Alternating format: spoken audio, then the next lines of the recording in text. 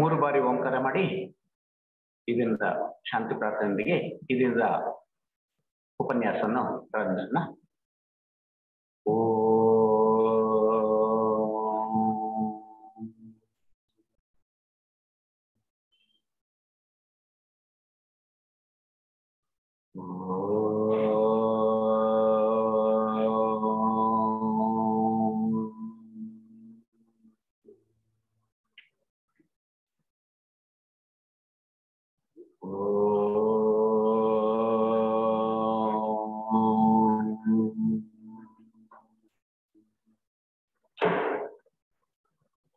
ಪ್ರತಿ ಅಣುವಿನಲ್ಲಿಯೂ ತಿಳಿಸಿದ ಗುಪ್ತ ಚೇತನವೇ, ಪ್ರತಿ ಪ್ರಾಣಿಯಲ್ಲಿಯೂ ತಿಳಿಸಿದಿರುವ ಗುಪ್ತ ಪ್ರೇಮವೇ, ಎಲ್ಲವನ್ನೂ ಒಂದನ್ನಾಗಿ ಮಾಡಿರುವ ಗುಪ್ತ ಪ್ರೇಮವೇ, ನಿನ್ನೊಡನೆ ಒಂದಾಗಿ ನಿಂತಿರುವ ಪ್ರತಿಯೊಬ್ಬನು ಆ ಕಾರಣದಿಂದಲೇ ಇತರರಿಗೂ ತನ್ನ ಐಕ್ಯತೆಯನ್ನರಲಿ. ಓಂ ಶಾಂತಿ ಶಾಂತಿ ಶಾಂತಿ. ನಾನು ರತ್ನವರ್ಮ, ಗೌರೀಬ್ ನೃತ್ಯ ಸರ್ಕಲ್ ಲಾಡ್ಜ್ನ ಸದಸ್ಯ. ಈ ದಿನ ನಾವು ಆಲ್ಕೊನಿಯವರು ಬರೆದಂತಹ at the feet of the master ಎನ್ನುವ ಮೂಲ ಗ್ರಂಥದ ಸೋದರ ವೆಂಕಟೇಶನವರು ಅದನ್ನ ಕನ್ನಡಕ್ಕೆ ಅನುವಾದಿಸಿರುವಂತಹ ಸಾಧನ ಚತುಷ್ಟಯದ 10ನೇ ಮತ್ತು 11ನೇ ಅಧ್ಯಾಯಗಳ ಬಗ್ಗೆ ಈ ದಿನ ನಾವು ವ್ಯಾಖ್ಯಾನವನ್ನ ಮಾಡೋಣ. ಮೊದಲಿಗೆ 10ನೇ ಅಧ್ಯಾಯದ ರೂಪದೇಹದ ಬಗ್ಗೆ ಈ ದಿನ ವ್ಯಾಖ್ಯಾನವನ್ನ ಮಾಡೋಣ. ರೂಪದೇಹವು ತಾನು ದೊಡ್ಡದು, ಇತರರು ಅಲ್ಪರು ಎಂದು ಭಾವಿಸುತ್ತದೆ. ಇಹಲೋಕದ ವಸ್ತುಗಳಿಂದ ಅದರ ದೃಷ್ಟಿಯನ್ನ ತಿರುಗಿಸಿದ ಮೇಲೆಯೂ ಕೂಡ ಆತ್ಮ ಲಾಭ ಕುರಿತು ಯೋಚಿಸುತ್ತದೆ. ಆದರೆ ನಾವು ಯಾವಾಗಲೂ ಕೂಡ ಗುರುಗಳ ಸೇವೆ ಮತ್ತು ಲೋಕ ಸೇವೆಗೆ ಮೀಸಲಾಗಿರ್ಬೇಕು. ನಮ್ಮ ಸ್ವಂತ ಅಭಿವೃದ್ಧಿಯ ಬಗೆಗೆ ಯೋಚಿಸಲು ನಮ್ಮ ಮನಸ್ಸು ಪ್ರೇರೇಪಿಸುತ್ತದೆ. ಧ್ಯಾನ ಮಾಡುವಾಗಲೂ ವಿಧ ವಿಧವಾದ ವಸ್ತುಗಳ ಬಗೆಗೆ ನಿನ್ನಿಂದ ಯೋಚಿಸಲು ಪ್ರಯತ್ನಿಸುತ್ತದೆ. ಮನಸ್ಸು ನೀನಲ್ಲ, ಅದು ನಿನ್ನ ಉಪಯೋಗಕ್ಕಿರುವ ಸಾಧನ. ವಿವೇಚನೆ ಇಲ್ಲದಿದ್ದರೆ ಮನಸ್ಸು ಎಚ್ಚರವಾಗಿಲ್ಲದಿದ್ದರೆ ನೀನು ಯೋಗ ಪಥದಲ್ಲಿ ಸೋಲುವೆ. ಇಲ್ಲಿ ನಾವು ಯಾವ ರೀತಿ ವಿಧ ವಿಧವಾದ ವಸ್ತುಗಳ ಬಗ್ಗೆ ನಾವು ಯೋಚಿಸ್ತೇವೆ ಅಂದ್ರೆ, ಕಣ್ಣಿಗೆ ಕಾಣಿಸುವಂತಹ ಬಣ್ಣಗಳಾಗಿರ್ಬೋದು, ಆಕಾರಗಳಾಗಿರ್ಬೋದು, ಕಿವಿಗೆ ಕೇಳಿಸುವಂತಹ ಇಂಪಾದ ಶಬ್ದಗಳಾಗಿರ್ಬೋದು, ಮೂಗಿಗೆ ಆಘ್ರಾಣಿಸುವಂತಹ ವಸ್ತುಗಳು ವಾಸನೆ ಇರ್ಬೋದು, ನಾಲಿಗೆ ಸಂಬಂಧಪಟ್ಟಂತ ರುಚಿ ಇರ್ಬೋದು, ಮತ್ತು ಚರ್ಮಕ್ಕೆ ಸಂಬಂಧಪಟ್ಟಂತ ತಂಪಾದ ಮತ್ತು ಬಿಸಿಯಾದ ಈ ತರ ಕಲ್ಪನೆಗಳಿಂದ ನಮ್ಮ ಮನಸ್ಸು ಯಾವಾಗಲೂ ಕೂಡ ಬೇರೆ ಬೇರೆಯಾಗಿ ಯೋಚಿಸಲು ಪ್ರಾರಂಭಿಸುತ್ತದೆ. ಹಾಗಾಗಿ ವಿವೇಚನೆ ಏನಾರ ನಾವು ಕಳ್ಕೊಂಡ್ರೆ ನಾವು ಯೋಗ ಪಥದಲ್ಲಿ ಸೋಲ್ತೀವಿ ಅಂತ ಹೇಳ್ತಾರೆ. ನಾವು ದೇವರ ಸೃಷ್ಟಿಯಲ್ಲಿ ಒಬ್ಬೊಬ್ಬರ ಮನಸ್ಸು ಬೇರೆ ಬೇರೆ ಆಗುವುದರಿಂದ ನಾವು ಈ ವಿಷಯದಲ್ಲಿ ನಮ್ಮ ಬಗೆಗೆ ಗರ್ವ ಪಡುವುದು ಅಜ್ಞಾನವನ್ನ ತೋರಿಸುತ್ತದೆ. ದೇವರ ಸೃಷ್ಟಿಯಲ್ಲಿ ಎಲ್ಲರೂ ಕೂಡ ಬೇರೆ ಬೇರೆ ಆಗಿರ್ತಾರೆ. ಆದ್ರೆ ನಾವು ನಮ್ಮ ಹಿರಿಮೆಯನ್ನ ಅಥವಾ ನಮ್ಮಲ್ಲಿರುವಂತಹ ಹೆಚ್ಚುಗಾರಿಕೆಯನ್ನ ಯಾವಾಗ್ಲೂ ಕೂಡ ತೋರ್ಸ್ಕೊಳಕ್ ಹೋಗ್ಬಾರ್ದು. ಅಕಸ್ಮಾತ್ ಆ ತರ ಏನಾರ ನಮ್ಮ ಅಜ್ಞಾನವನ್ನ ತೋರಿಸಿದ್ರೆ ನಾವು ಯೋಗ ಪಥದಲ್ಲಿ ಸಾಗೋದಕ್ಕೆ ನಮ್ಗೆ ಅಡ್ಡಿ ಆಗ್ತದೆ. ಇಲ್ಲಿ ಉದಾಹರಣೆಗೆ ಕುರುಡರು ಮತ್ತು ಕುಂಟರ ಹೋಲಿಕೆಯನ್ನ ನಮ್ಮ ಸೋದರರು ವ್ಯಾಖ್ಯಾನಿಸ್ತಾರೆ. ಅಲ್ಲಿ ಕುರುಡನ ನೋಡಿ ಅವನ್ ಕಣ್ಣೇ ಇಲ್ಲ, ನನ್ಗಾದ್ರೂ ಕಾಲಿಲ್ಲ, ನಾನು ಈ ಪ್ರಪಂಚನೆಲ್ಲ ನೋಡ್ಬೋದು ಅಂತ ಅಹಂಕಾರ ಪಟ್ರೆ, ಅದೇ ಕುರುಡ ನನ್ ಕೈ ಇದೆ, ಕಾಲಿದೆ, ನಾನು ಎಲ್ಲಿ ಬೇಕಾದ್ರೂ ಹೋಗ್ಬೋದು, ಅವನ್ಗೆ ಎಲ್ಲಿಗೂ ಹೋಗೋದಕ್ಕಾಗೋದಿಲ್ಲ ಅನ್ನುವಂತ ಹೋಲಿಕೆಯನ್ನ ಪಡ್ತಾರೆ. ಇಲ್ಲಿ ಒಂದು ಹೋಲಿಕೆಗೆ ಒಂದು ಜಿಂಕೆ ಕಥೆಯನ್ನ ಹೇಳೋದಕ್ಕೆ ಇಷ್ಟಪಡ್ತೀನಿ. ಕಾಡಿನಲ್ಲಿ ಒಂದು ಸುಂದರವಾದ ಜಿಂಕೆ ಇತ್ತು. ಅದಕ್ಕೆ ಅತ್ಯಂತ ಸುಂದರವಾದಂತಹ ಕೊಂಬುಗಳಿತ್ತು. ಆದ್ರೆ ಅದರ ಕಾಲುಗಳು ಬಗ್ಗೆ ಅದಕ್ಕೆ ಯಾವಾಗಲೂ ಕೂಡ ನನ್ನ ಕಾಲುಗಳು ಸರಿ ಇಲ್ಲ, ಅವು ಕಡ್ಡಿ ಅಂತಿದೆ ಅಂತೇಳಿ ಭಾವಿಸ್ತಾ ಇತ್ತು. ಹೀಗೆ ಒಂದ್ ದಿವಸ ಅದು ಕಾಡಲ್ಲಿ ಹುಲ್ಲು ಮೇಯ್ತಾ ಇರ್ಬೇಕಾದ್ರೆ ದೂರದಲ್ಲಿ ಬೇಟೆ ನಾಯಿಗಳ ಶಬ್ದ ಕೇಳಿಸ್ತು. ಅದು ತಕ್ಷಣ ಎಚ್ಚೆತ್ಕೊಂಡು ಓಡೋದಕ್ಕೆ ಶುರು ಮಾಡ್ತು. ಓಡ್ತಾ ಓಡ್ತಾ ಓಡ್ತಾ ಶಬ್ದ ಹತ್ರ ಬರ್ತಾ ಇತ್ತು, ಇದು ಓಡ್ತಾನೆ ಇತ್ತು. ಕೊನೆಗೆ ಹೋಗಿ ಒಂದು ಸೀಗೆ ಪೊದೆಯಲ್ಲಿ ಸಿಕ್ಕಾಕೊಂಡು ಸಿಕ್ಕಾಕೊಂಡಾಗ ಅದು ಬಿಡಿಸ್ಕೊಳಕ್ ಪ್ರಯತ್ನಿಸಿದ್ರು ಕೂಡ ಸಿಗಪದೆ ಅದು ಗಟ್ಟಿಯಾಗಿ ಹಿಡ್ಕೊಳ್ತು. ಆಗ ಅದಕ್ಕೆ ಅರ್ಥ ಆಯ್ತು, ನನ್ನ ಕೊಂಬುಗಳಿಂದಾಗಿ ನಾನು ಇದ್ರಲ್ಲಿ ಸಿಕ್ಕಾಕೊಂಡ್ಬಿಟ್ಟಿದ್ದೀನಿ, ಈಗ ಹ್ಯಾಕ್ ತಪ್ಪಿಸ್ಕೊಳ್ಳೋದು ಅಂತ ಹೇಳ್ಬಿಟ್ಟು ಅಂತ ಯೋಚನೆ ಮಾಡ್ತಾ ಇರ್ಬೇಕಾದ್ರೆ ಕಾಲುಗಳು ಗಟ್ಟಿಯಾದ ಪ್ರಯತ್ನದಿಂದ ಕೊನೆಗೆ ಹೊರಗಡೆ ಬಂದು ಬೇಟೆ ನಾಯಿಗಳು ಹತ್ರ ಬರೋಷ್ಟರಲ್ಲಿ ತಪ್ಪಿಸ್ಕೊಂಡು ಹೋಯ್ತು. ಹಾಗಾಗಿ ನಾವು ಕೂಡ ನಾವು ಯಾವುದು ಸುಂದರ ಅಂತ ಅನ್ಕೊಂಡಿದೀವೋ ಅದರಿಂದಲೇ ಸಂಕಷ್ಟಕ್ಕೀಡಾಗುವಂತ ಸಂಭವ ಇದೆ. ಆದ್ರೆ ನಾವು ಯಾವ್ದು ಕೀಳು ಅನ್ಕೊಂತೀವೋ ಅದೇ ನಮ್ಮನ್ನ ಔನ್ನತ್ಯಕ್ಕೆ ಕರೆದುಕೊಂಡು ಹೋಗುವಂತ ಸಾಧ್ಯತೆ ಕೂಡ ಇದೆ. ಕೆಲವರ ಮನಃಶಕ್ತಿಯು ಇತರರಿಗಿಂತಲೂ ಹೆಚ್ಚಾಗಿರ್ತದೆ. ಕಾರಣ ಏನು ಅಂತಂದ್ರೆ ಅವರು ಹೆಚ್ಚು ಜನ್ಮಗಳು ಹೊಂದಿದ್ದು ಹೆಚ್ಚು ಅನುಭವಗಳನ್ನ ಹೊಂದಿರ್ತಾರೆ. ಹಾಗಂತ ಹೇಳ್ಬಿಟ್ಟು ನಾವು ಯಾವಾಗ್ಲೂ ಕೂಡ ಬೇರೆಯವ್ರಿಗೆ ನಮ್ಮನ್ನ ಹೋಲಿಕೆ ಮಾಡ್ಕೋಬಾರ್ದು. ಕೆಲವು ಚಿಕ್ಕ ಮಕ್ಕಳಿಗೆನೆ ಒಳ್ಳೊಳ್ಳೆ ಜ್ಞಾನಿಗಳಾಗಿರ್ತಾರೆ, ಸಂಗೀತದಲ್ಲಿ ವಿದ್ವಾಂಸರಾಗಿರ್ತಾರೆ, ಒಳ್ಳೆ ಗಣಿತದ ಶಾಸ್ತ್ರದಲ್ಲಿ ವಿಜ್ಞಾನದಲ್ಲಿ ಇದರಲ್ಲೂ ಕೂಡ ಪರಿಣಿತರಾಗಿರ್ತಾರೆ. ಆದ್ರೆ ಹಾಗಂತ ಹೇಳ್ಬಿಟ್ಟು ಅವ್ರಿಗಿಂತ ತಮ್ಗಿಂತ ಕೆಳಗಡೆ ಇರೋನ್ನ ಅವರು ಯಾವಾಗ್ಲೂ ಕೂಡ ಹೋಲಿಕೆ ಮಾಡ್ಕೋಬಾರ್ದು. ಇದು ಯಾವ ರೀತಿ ಇರುತ್ತೆ ಅಂದ್ರೆ, ಒಬ್ಬ ವಯಸ್ಸಾಗಿರುವಂತ ಒಬ್ಬ ವ್ಯಕ್ತಿ ಒಬ್ಬ ಹುಡುಗನನ್ನು ನೋಡಿ ನಾನು ನಿನಗಿಂತ ದೊಡ್ಡವನು ಅಂತ ಹೋಲಿಕೆ ಮಾಡಿದಾಗ ಆಗುತ್ತೆ, ಆ ರೀತಿ ಆಗುತ್ತೆ. ಆದ್ರೆ ಆ ವ್ಯಕ್ತಿಯು ಕೂಡ ಬೆಳೆದ ಮೇಲೆ ನಿಮ್ಮಷ್ಟೇ ಅಥವಾ ನಿಮ್ಗಿಂತಲೂ ಹೆಚ್ಚು ಔನ್ನತ್ಯವನ್ನ ಸಾಧಿಸುವಂತ ಸಾಧ್ಯತೆ ಇರ್ತದೆ. ಹಾಗಾಗಿ ನಾವ್ ಯಾವಾಗ್ಲೂ ಕೂಡ ಬೇರೆಯವ್ರಿಗೆ ಹೋಲಿಸ್ಕೋಬಾರ್ದು. ಇದಕ್ಕೆ ಕಾರಣ ಅಜ್ಞಾನ ಮತ್ತು ಜಂಬ, ಇವುಗಳನ್ನ ಬಿಟ್ಟು ನಾವು ಯೋಗ ಪಥದಲ್ಲಿ ಸಾಗಬೇಕಾಗುತ್ತೆ. ಎರಡನೇದಾಗಿ ಅಶುದ್ಧ ಮನಸ್ಸು ಅಥವಾ ಚಾಂಚಲ್ಯ. ಇದು ರೂಪದೇಹದ ಮೂಲಕ ವ್ಯಕ್ತವಾಗುವ ಕೆಳಗಿನ ಅಂತಸ್ತಿನ ಮನಸ್ಸು. ನಾವು ಯಾವಾಗ್ಲೂ ಕೂಡ ಚಂಚಲತೆಯನ್ನ ಹೊಂದಿರ್ಬೇಕಾದ್ರೆ ನಾವು ಯಾವುದಕ್ಕೂ ಕೂಡ ಸ್ಥಿರವನ್ನ ಪಡೆಯೋದಕ್ಕೆ ಅಥವಾ ಸಾಧನೆ ಮಾಡೋದಕ್ಕೆ ಸಾಧ್ಯವಾಗುದಿಲ್ಲ. ಇದನ್ನ ಕೆಳಗಿನ ಅಂತಸ್ತಿನ ಮನಸ್ಸು ಅಥವಾ ಅಶುದ್ಧ ಮನಸ್ಸು ಅಥವಾ ಕಾಮ ಮನಸ್ಸು ಅಂತ ಕೂಡ ಕರೀತಾರೆ. ದ್ವಿವಿಧಂ ಮಾನಸಂ ಪ್ರೋಕ್ತಂ ಶುದ್ಧಂ ಚಾರುದ್ಯಮೇವ ಚ ಅಶುದ್ಧಂ ಕಾಮ ಸಂಯುಕ್ತಂ ಶುದ್ಧಂ ಕಾಮ ವಿವರ್ಜಿತಂ. ಇದರರ್ಥ ಮನಸ್ಸನ್ನು 6ನೇ ಇಂದ್ರಿಯವೆಂದು ಕೂಡ ಹೇಳುತ್ತಾರೆ. ಮನಸ್ಸು ಇಂದ್ರಿಯ ಗೋಚರ ವಿಷಯಗಳ ಬಗೆಗೆ ಯೋಚಿಸುವುದು. ಇಂದ್ರಿಯಗಳು ಸಂಗೀತ, ವಾಸನೆ, ರುಚಿ, ಸೌಂದರ್ಯಗಳ ಬಗೆಗೆ ಯೋಚಿಸುವಂತೆ ಮನಸ್ಸು ಸಹ ಅದಕ್ಕೆ ಹಿತಕರವಾದ ಕಥೆ, ಕುಯುಕ್ತಿ, ಮೋಸ, ವಂಚನೆಗಳ ಬಗೆಗೆ ಯೋಚಿಸುತ್ತದೆ. ನಾವು ಪಂಚೇಂದ್ರಿಯಗಳ ಬಗ್ಗೆ ತಿಳ್ಕೊಂಡಿದ್ವಿ, ಕಣ್ಣು, ಕಿವಿ, ಮೂಗು, ನಾಲಿಗೆ, ಚರ್ಮ. ಅದ್ರ ಜೊತೆಗೆ ಮನಸ್ಸು ಕೂಡ 6ನೇ ಇಂದ್ರಿಯದಂತೆ ಕೆಲಸ ಮಾಡ್ತದೆ.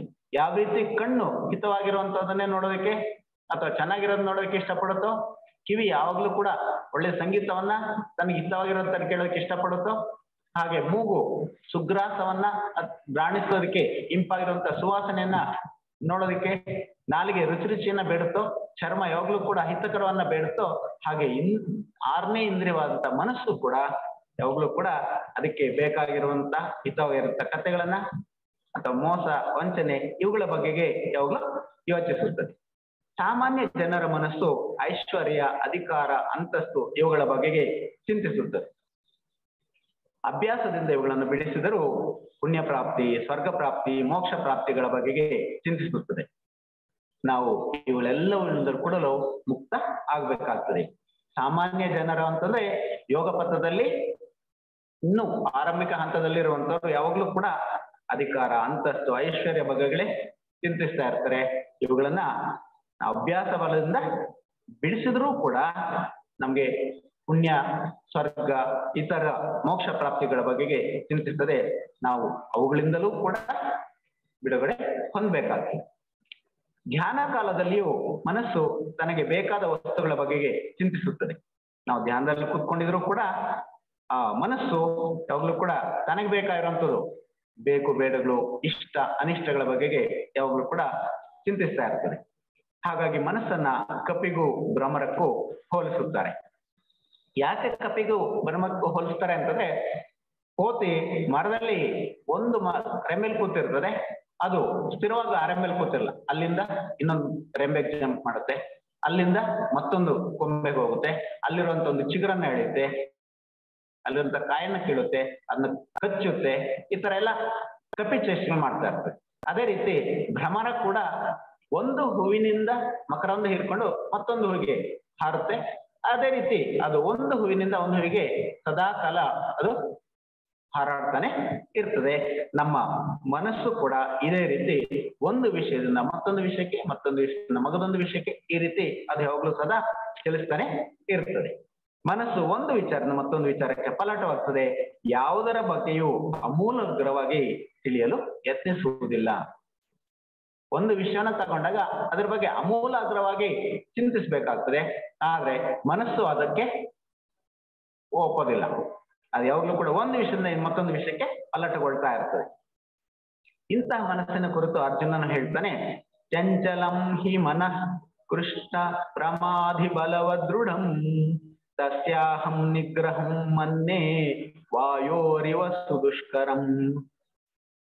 ಇಲ್ಲಿ ಮನಸ್ಸು ಚುರುಕಾದ, ವೇಗವಾದ, ಬಲವಾದದ್ದು ಅಂತ ಹೇಳ್ತಾರೆ.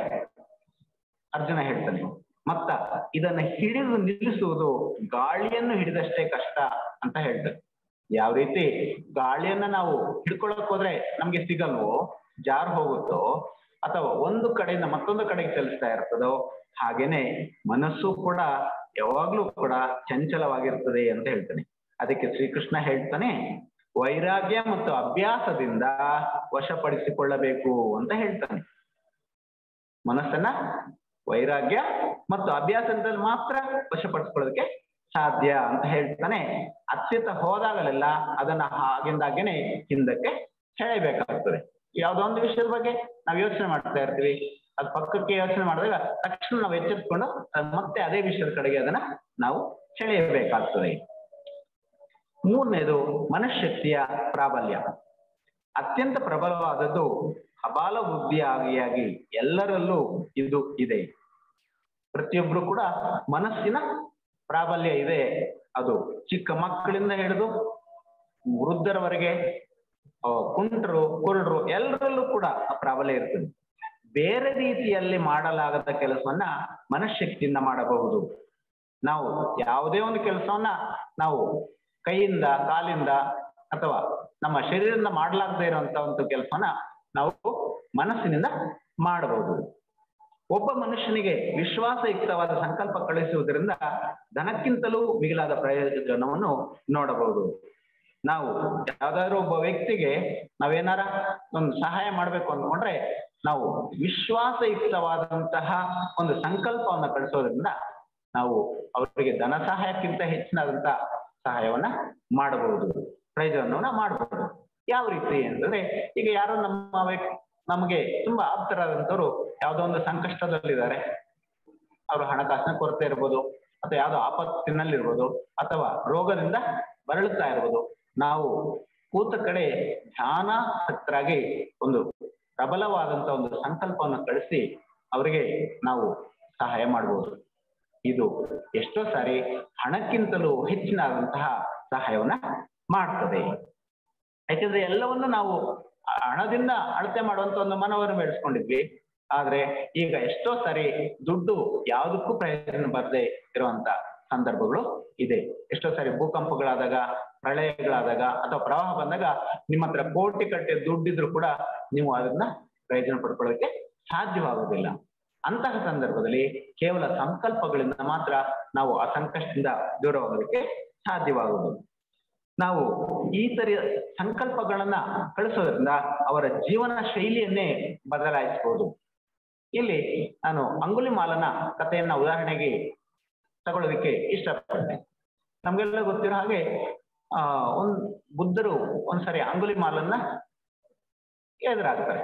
ಅಂಗುಲಿಮಾಲ ಅಂದ್ರೆ ಆಗಿನ ಕಾಲಕ್ಕೆ ಇದ್ದಂತ ಅತ್ಯಂತ ಕ್ರೂರವಾದ ವ್ಯಕ್ತಿ. ಎಷ್ಟು ಕ್ರೂರ ವ್ಯಕ್ತಿ ಅಂದ್ರೆ ಅವನ ಹೆಸರು ಹೇಳಿದ್ರೆ ಎಷ್ಟೋ ಜನ ಹೆದರ್ಕೊಂಡು ಸತ್ತೋಗ್ತಾ ಇದ್ರು. ಇನ್ನು ಅವನ ಎದುರಿಗೆ ಬಂದ್ರೆ ಅಂತೂ ಖಂಡಿತ ಯಾರು ಉಳಿತಾ ಇರಲ್ಲ. ಹಾಗೂ ಉಳಿದಂತವ್ರನ್ನ ಅವನ್ ಕೊಂದು ಅವರ ಕೈ ಬೆರಳುಗಳನ್ನ ಕತ್ತರಿಸಿ ಅವನು ಒಂದು ಮಾಲಿನ ಧರಿಸ್ಕೊಂಡಿದ್ದ. ಹಾಗಾಗಿ ಅವನಿಗೆ ಅಂಗುಲಿಮಾಲ ಅಂತ ಹೆಸರು ಹೇಳ್ತಾರೆ. ಅಂತ ಸಂದರ್ಭದಲ್ಲಿ ಸರಿ ಗೌತಮ ಬುದ್ಧರು ಅವನು ಎದುರಾಗ್ತಾರೆ. ಎದುರಾದಂತ ಸಂದರ್ಭದಲ್ಲಿ ಅವನು ನೋಡ್ತಾನೆ, ನೋಡಿ ಅಬ್ಬರಿಸ್ತಾನೆ, ನಾನು ಯಾರು ಅಂತ ಗೊತ್ತಿದ್ಯಾ, ನೀನ್ ನನ್ನ ಎದುರಿಗೆ ಬಂದು ನಿಂತ್ಕೊಂಡಿದೀಯಾ ಅಂತ ಹೇಳ್ತಾನೆ. ಗೌತಮ ಬುದ್ಧರು ಶಾಂತಯುಕ್ತವಾಗಿ ಯಾರು, ಇನ್ಯಾರು ಅಂತ ಕೇಳಿ ನಾನು ಅಂಗುಲಿಮಾಲ, ನನ್ನ ಹೆಸರು ಹೇಳಿದ್ರೆ ಸಾಕು ಸತ್ತೋಗ್ತಾರೆ, ಇನ್ನು ನನ್ನ ಎದುರಿಗೆ ಬಂದ್ರೆ ಯಾರು ಜೀವಂತ ಉಳಿಯಲ್ಲ ಅಂತೆಲ್ಲ ಹೇಳ್ತಾನೆ. ಗೌತಮ ಬುದ್ಧರು ನಗ್ತಾನೆ ಇರ್ತಾರೆ, ಹಸನ್ಮುಖವಾಗಿರ್ತಾರೆ. ಒಂದು ಆಶ್ಚರ್ಯ ಆಗುತ್ತೆ. ಅವನು 2 ಹೆಜ್ಜೆ ಮುಂದೆ ಬರ್ತಾನೆ. ಬಂದ್ರು ಗೌತಮ ಬುದ್ಧರ ಅದೇ ಶಾಂತ ರೀತಿಯಿಂದ ಮಂದಸ್ಮಿತರಾಗಿ ನಿಂತಿರ್ತಾರೆ. ಅವ್ರಿಗೆ ಜಂಗಾಬಲನ್ನು ಹುಡುಗೋಗುತ್ತೆ. ಏನಪ್ಪ ಇದು, ನಾನು ನಿಂತ್ಕೊಂಡಿರೋ ಕಡೆನೆ ಚೆಕ್ಕರ್ಸ್ ನೋಡಿದ್ರೆ ಓಡೋಗುವಂತ ಸಂದರ್ಭದಲ್ಲಿ ನಾನು ಮುಂದಕ್ಕೆ ಬಂದ್ರೆ ಇವನು ಮುಂದಕ್ಕೆ ಹೋಗ್ತಾ ಇಲ್ವಲ್ಲ ಅಂತ ಮತ್ತಿನ್ನೆರಡು ಹೆಜ್ಜೆ ಬರ್ತಾನೆ. ಅವನಿಗೆ ಗೌತಮ ಬುದ್ಧರ ಮಂದಸ್ಮಿತವನ್ನು ನೋಡಿ ಕೈ ಕಾಲೆಲ್ಲ ನಡುಗೋದಕ್ಕೆ ಶುರು ಆಗ್ತದೆ. ಅವನು ಕೊನೆಗೆ ಒಂದು ನಿರ್ಧಾರಕ್ಕೆ ಬರ್ತಾನೆ.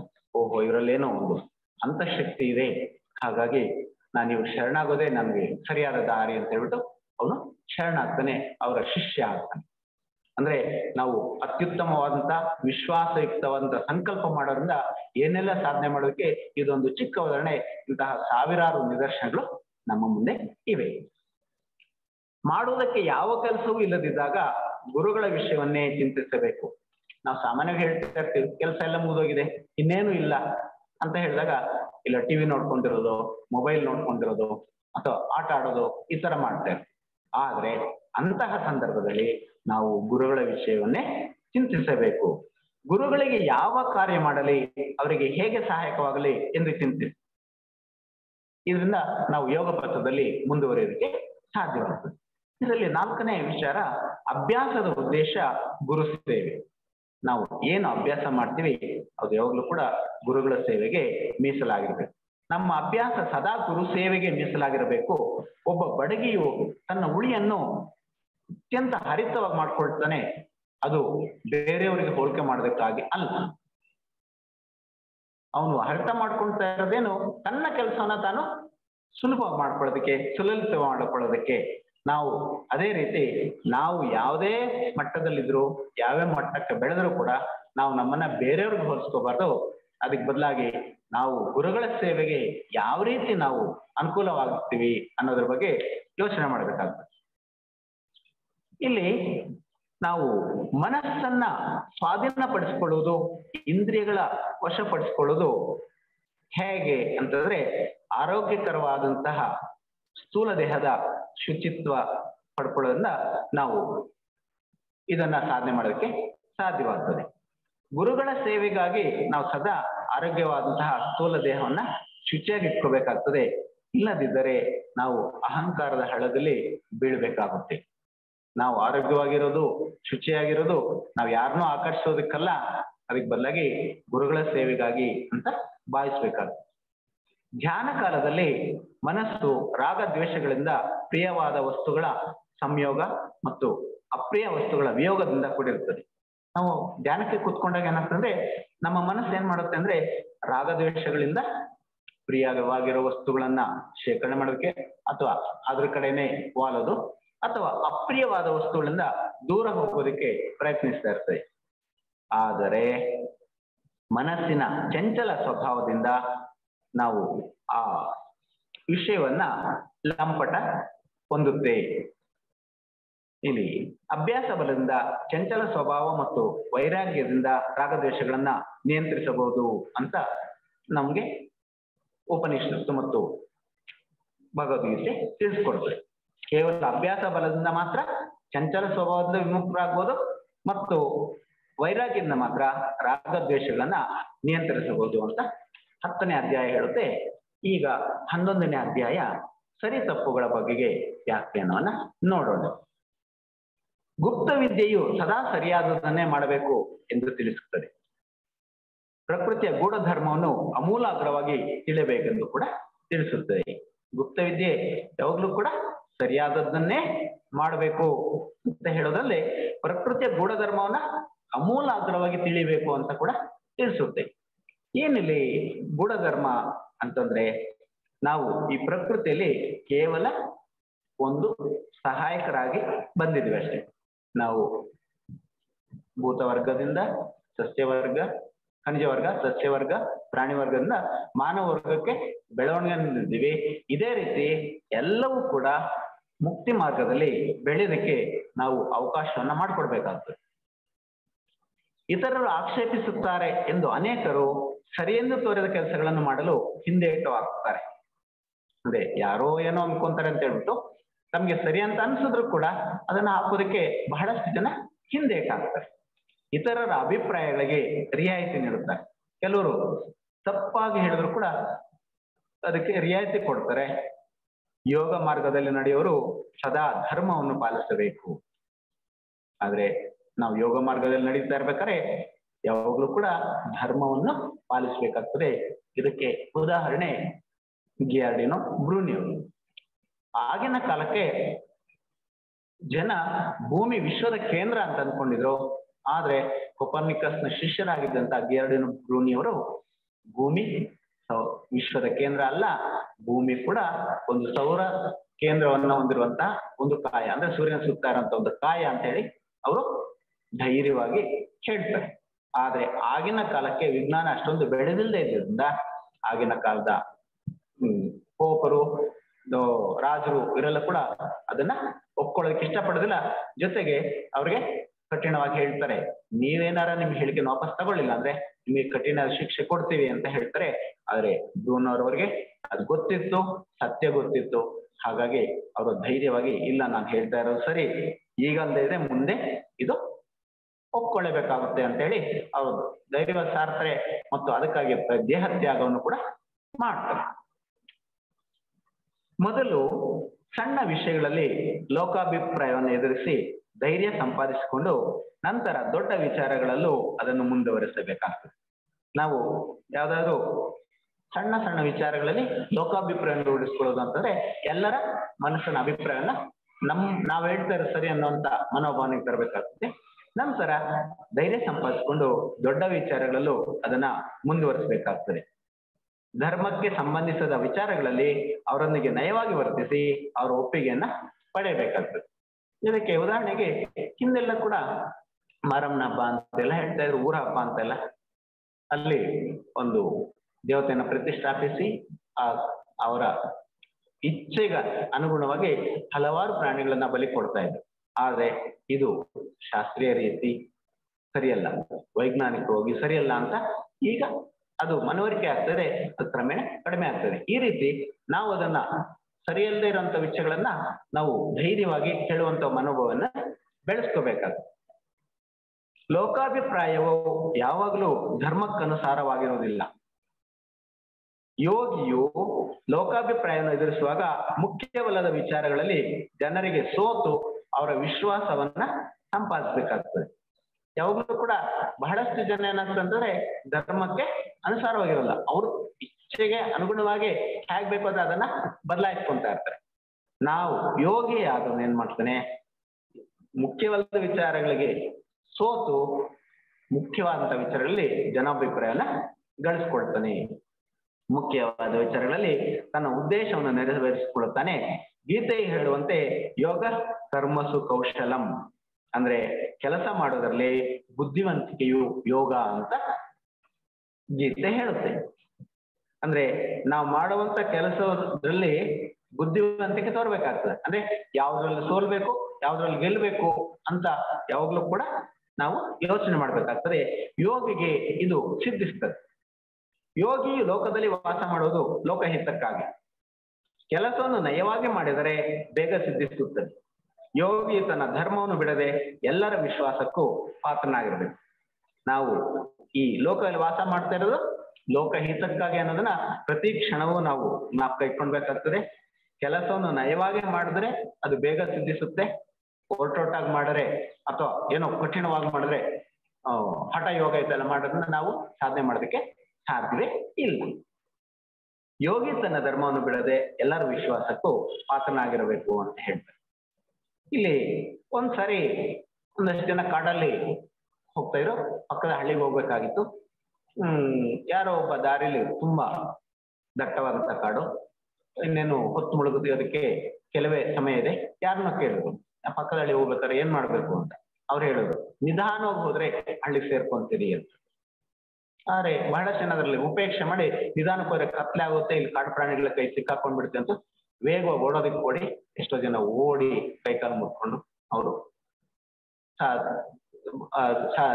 ಊರು ಸೇರೋದಕ್ಕೆ ಸಾಧ್ಯವಾಗಿಲ್ಲ. ಮತ್ತೆ ಕೆಲವರು ವೇಗನೆ ಹೇಳಕ್ ಅವರು ಕೂಡ ಜಾರು ಬಿದ್ದು ಕೈಕಾಲೆಲ್ಲ ಮಣ್ಣಿ ತರಿಸ್ಬಿಡ್ರು. ಆದ್ರೆ ಯಾರು ನಿಧಾನವಾಗಿ ಹೋದ್ರು ಅವರು ಕರೆಕ್ಟ್ ಆದ ಸರಿಯಾದ ಸಮಯಕ್ಕೆ ಆ ಹಳ್ಳಿಯನ್ನ ಸೇರ್ಕೊಂಡ್ರು ಅಂತ ಹೇಳ್ತೀವಿ. ಎಷ್ಟೇ ಕಷ್ಟ ಬಂದರೂ ಸರಿಯಾದದನ್ನೇ ಮಾಡಬೇಕು. ನಾವು ಕಷ್ಟ ಬಂದಿದೆ ಅಂತ ಹೇಳ್ಬಿಟ್ಟು ನಾವು ತಪ್ಪು ದಾರಿಯಲ್ಲಿ ಹೋಗೋದು ಸರಿಯಲ್ಲ. ಮನೋವಾಕಾಯಗಳಿಂದಲೂ ಸ್ವಪ್ನ, ಜಾಗೃತ, ಸುಷುಪ್ತಿ ಅವಸ್ಥೆಗಳಲ್ಲಿಯೂ ನಿಜವನ್ನೇ ಹೇಳಬೇಕು. ನಾವು ಮನೋವಾಕಾಯ ಕರ್ಮಗಳಿಂದ ಜಾಗೃತ ಅವಸ್ಥೆಯಲ್ಲಿ, ಸುಷುಪ್ತಿ ಅವಸ್ಥೆಯಲ್ಲಿ, ಸ್ವಪ್ನಾವಸ್ಥೆಯಲ್ಲೂ ಕೂಡ ನಿಜವನ್ನೇ ಹೇಳಬೇಕಾಗುತ್ತೆ. ಈಗ ಸುಳ್ಳು ಹೇಳೋದು ಒಂದು ಅಭ್ಯಾಸ ಆಗೋಗ್ಬಿಟ್ಟಿದೆ. ಮತ್ತೆ ನಿಜ ಹೇಳೋದು ಹೇಗೆ ರೂಢಿ ಮಾಡ್ಕೊಳ್ಳೋದು ಅಂತಂದ್ರೆ ನಾವು ಕ್ರಮೇಣ ಅದನ್ನ ಅಭ್ಯಾಸ ಮಾಡ್ಕೊಳ್ತಾ ಹೋಗ್ಬೇಕಾಗ್ತದೆ. ಉದಾಹರಣೆಗೆ ನನ್ನದೇ ಒಂದು ಉದಾಹರಣೆ ಹೇಳ್ತೀನಿ. ನಾನು ಮೊದಲು ತಮಾಷೆಗಾಗಿ ಕೆಲವೊಂದ್ಸರಿ ಸುಳ್ಳು ಹೇಳುವಂತ ಅಭ್ಯಾಸವನ್ನ ಇಟ್ಕೊಂಡಿದ್ದೀನಿ.